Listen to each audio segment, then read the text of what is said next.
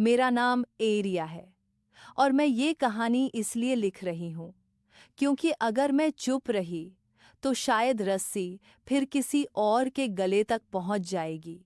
हम लोग उसे सिर्फ राजमहल कहते थे। असल नाम किसी को नहीं पता। शहर के बाहर, जंगल के बीच, एक टूटा फूटा महल जिसकी दीवारों पे बाल उगाए थे। हाँ, इंसानी बाल। लोग कहते थे वो बाल हवा में उड़कर चिपक गए होंगे। पर जो रात को महल के पास गया, उसने बालों को हिलते हुए देखा था। हम 4 दोस्त थे। ईरिया, मैं, जून, हमेशा मजाक पर अंधेरे से डरता। क्रायो, शांत, चीजों को महसूस करता है। वेमली, इतिहास की छात्रा, हर पुरानी जगह का सच जानना चाहती है। वेमली को राजमहल के बारे में एक पुराना कागज मिला था। उस पर लिखा था, रस्सी ऊपर लटकती है पर मौत नीचे सोती है। इसी एक लाइन ने हमें वहां खींच लिया। मैं जब पहली बार राजमहल के अंदर गई तो मेरी सांस अपनी नहीं लगी। अंदर टूटी हुई झाड़ू, दीवार से टिकी हुई जमीन पर लंबे बाल, बीच हॉल में लटकती हुई मोटी रस्सी, हर कदम पर राख जैसे पैरों के निशान और एक बंद गुप्त कमरे का दरवाजा। रस्सी हवा के बिना भी हिल रही थी। जून ने हौंसी में कहा, लगता है किसी ने डेकोरेशन किया है। तब क्रियो बोला, डेकोरेशन नहीं, इनविटेशन है। रात को हम लोग हॉल में रुके। मैंने देखा झाड़ू जो दीवार के पास थी, वो धीरे धीरे खुद चलकर रस्सी के नीचे आ गई, जैसे कोई साफ कर रहा हो लटकने की जगह। उस वक़्त मुझे लगा, राजमहल किसी रूटीन को फॉलो करता है। वेमली ने गुप्त कमरे का दरवाज़ा खोला। अंदर एक छोटा कमरा था। दीवारों पर बालों से बने पैटर्न और बीच में एक शीशा। शीशे पर लिखा था, जो अपने बाल छोड़ गया वो कभी यहाँ से गया ही नहीं। तब मुझे याद आया, राजमहल के पास जितने लोग गायब हुए उनके बाल कभी नहीं मिले। जून रात को अचानक गायब हो गया। हमने उसकी आवाज़ सुनी, एरिया, रस्सी पकड़ के रखो। हम भागे। हॉल में रस्सी अब गले के साइज में बंधी हुई थी और नीचे जून के पैर जमीन को छू रहे थे। उसके बाल दीवार में घुस चुके थे। रस्सी धीरे धीरे खुद खुल गई, जैसे कह रही हो, अगला कौन? क्रेयो ने कहा, इस महल को बलिदान चाहिए, पर बलिदान जबरदस्ती नहीं होता, डर के साथ होता है। झाड़ू फिर से चल पड़ी, इस बार मेरे पैरों के पास। सीक्रेट रूम के नीचे एक और कमरा था। वहां एक पुराना झूला और उस झूले से बंधी हुई छोटी रस्सी। डायरी मिली। उसमें लिखा था, राजमहल उन लड़कियों का घर है जो बाल और सांस छोड़कर गई। जो रस्सी छू ले वह घर का हिस्सा बन जाता है। मैंने देखा, मेरी उंगलियों में बाल फंस गए थे। वेमली ने मुझे धक्का दिया, तुम जाओगी या मैं? मैं रस्सी के पास खड़ी थी। रस्सी ने मेरी कलाई पकड़ ली। मुझे महसूस हुआ जैसे महल मुझे पहचान चुका हो। मैंने रस्सी को जोर से खींचकर झाड़ू से बांध दिया। झाड़ू लटक गई और राजमहल चीख उठा। दीवारों से बाल गिरने लगे। रस्सी टूट गई। मैं बच गई। वेमली और क्रायो नहीं मिले। राजमहल अब बंद है। पर जब मैं रात को बाल सुलझाती हूं तो कभी-कभी रस्सी की गंदी सी स्मेल आती है। और आज सुबह मेरे बाथरूम में एक पुरानी झाड़ू रखी थी। उस पर बंधी हुई थी मेरी ही रस्सी। मैं सिटी आ चुकी थी। राजमहल पीछे रह गया था, या शायद मुझे छोड़ ही नहीं रहा था। बाथरूम में रखी हुई झाड़ू को मैंने डस्टबिन में फेंक दिया, पर जब मैं शाम को वापस आई, झाड़ू फिर वही थी।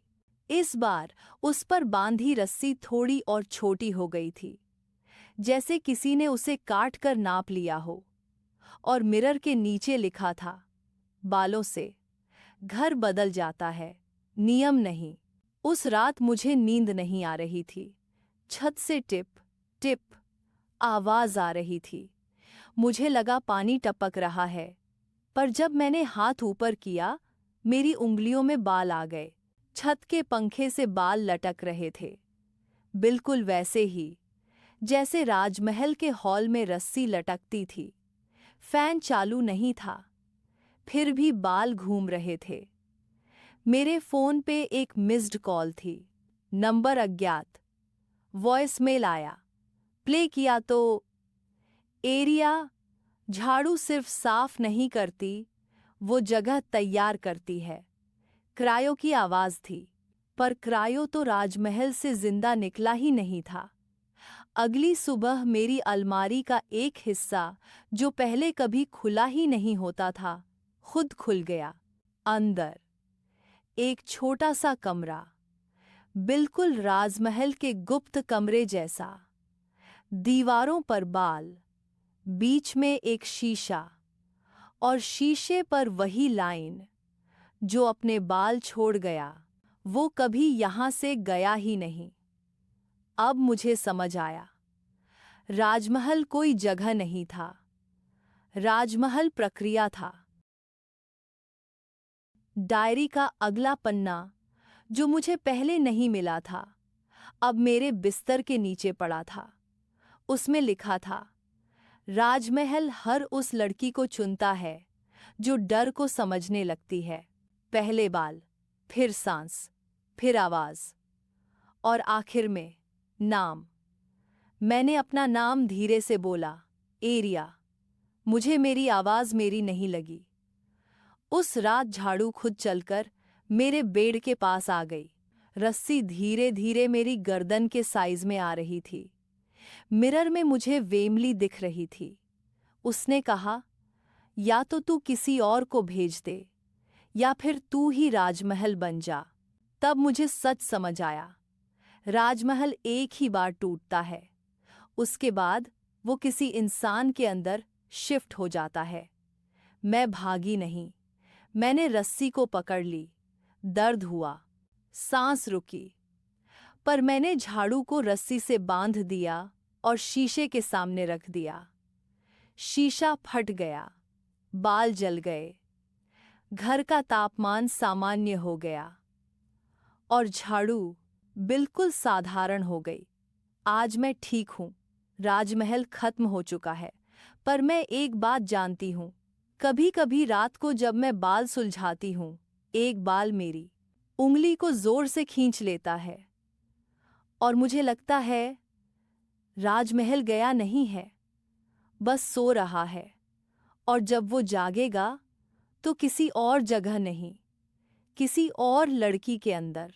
मुझे लगता था राजमहल सो रहा है, पर सच ये था, वो तैयारी कर रहा था।